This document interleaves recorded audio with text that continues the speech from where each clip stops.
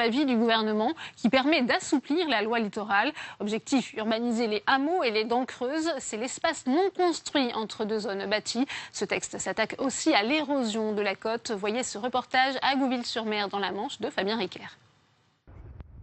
C'est l'une des plus grandes zones ostréicoles en France, près de 400 hectares. À l'abri de la dune à Gouville-sur-Mer, l'entreprise Cadeal travaille en famille depuis 3 générations. L'exploitation écoule 350 tonnes d'huîtres chaque année. Donc là, c'est de l'huître fine de Normandie. Donc c'est du numéro 2. Mais Stéphane Cadeal craint pour sa vingtaine de salariés, car son activité est menacée par l'érosion de la dune et l'avancée inexorable de la mer. Au fur et à mesure des années, la mer grignote de mètre en mètre et voire de plus en plus. Là, d'ici quelques années, ça tient que juste par un petit cordon, ça va pas tenir. Pour stopper le recul de la côte, la commune voudrait construire une digue en béton. Mais si la loi littorale ne l'interdit pas, la jurisprudence en matière de construction côtière a enclin la préfecture à ne pas autoriser le projet. Le maire de Gouville s'est contenté de faire poser ces tubes remplis avec du sable sous pression. La mise en place de cette protection, c'est tout simplement de maintenir le pied de la dune de façon à ce que lorsque la mer arrive ici, elle est bloquée. Alors, elle peut passer par-dessus, mais malgré tout, le sable est retenu à l'arrière et donc on fixe le trait de côte exactement à l'endroit où il est aujourd'hui. Une protection installée il y a seulement 3 mois, dont l'efficacité à long terme est pour l'instant inconnue. Faire barrage à la mer pour préserver l'activité. Selon le maire, l'ostréiculture ferait vivre 500 familles sur la zone.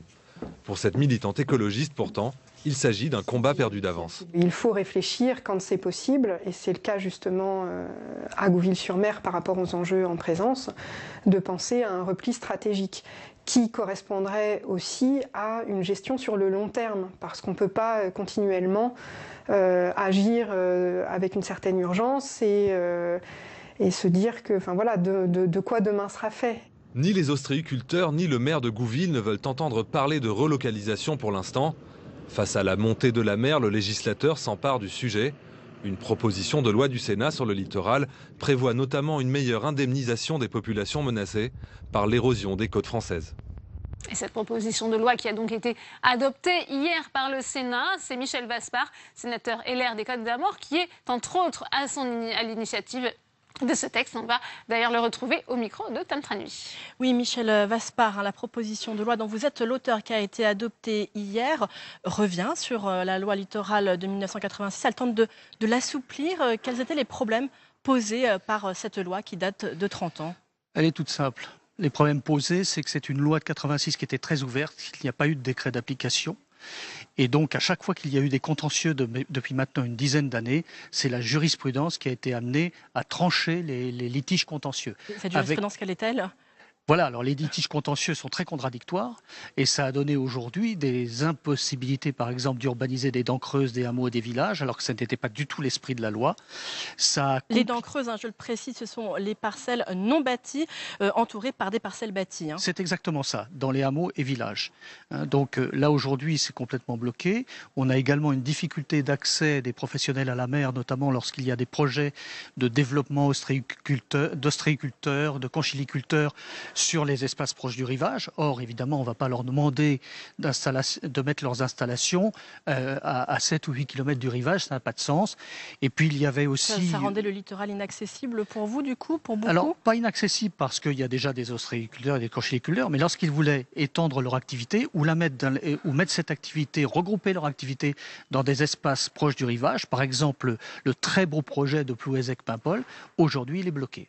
Est-ce que ce sont des brèches ouvertes dans la loi littorale? On a entendu beaucoup d'écologistes estimer cela dans l'hémicycle. Je cite également Ronan Dantec qui dit qu'il faut toucher à la loi littorale, mais seulement en tremblant. Écoutez, j'ai touché à la loi littorale en tremblant. Et je l'ai dit hier, aussi bien au niveau de la discussion générale qu'au moment où on a été amené à discuter d'un certain nombre d'amendements. Il faut la manier avec une extrême prudence. C'est un sujet délicat, on sait que c'est un totem. Par contre, on ne peut pas laisser les choses en l'état. Ce n'est pas possible. Et le gouvernement, s'il laissait les choses en l'état, prendrait une lourde responsabilité. Il y avait au début des discussions, peut-être une vision un petit peu caricaturale de débat, certains qui estiment que la droite veut bétonner les côtes. Alors écoutez, nul ne veut bétonner les côtes, en ce qui nous concerne en tout cas ici au Sénat. Il y a toujours des exceptions, mais nul ne veut bétonner les côtes. On veut simplement apporter des solutions à tous les élus du littoral qui se retrouvent aujourd'hui dans une insécurité juridique notoire. Il faut savoir qu'on peut se retrouver, qu'un maire qui a délivré un certificat d'urbanisme ou un permis de construire peut se retrouver condamné aussi bien parce qu'il l'a délivré que parce qu'il ne l'a pas délivré. Donc véritablement, il faut que le législateur reprenne la main là-dessus.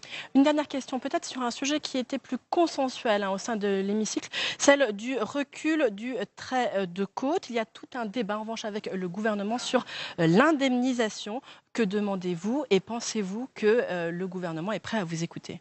Alors là, je crois que c'est un tout petit peu plus ouvert, sauf que le texte que j'ai présenté, moi, avait repris presque in extenso le texte qui avait fait l'objet d'un accord entre le Sénat et l'Assemblée nationale. Je rappelle que c'était le texte de Pascal Gau. Proposition de loi socialiste, donc. Projet de loi socialiste qui nous avait tout à fait bien convenu, sur lesquels on avait apporté quelques améliorations et sur lesquels nous étions mis d'accord. Sauf que le gouvernement d'aujourd'hui souhaite traiter le problème différemment et souhaite que l'État soit moins engagé sur le recul du trait de côte et que ça revienne davantage aux collectivités locales.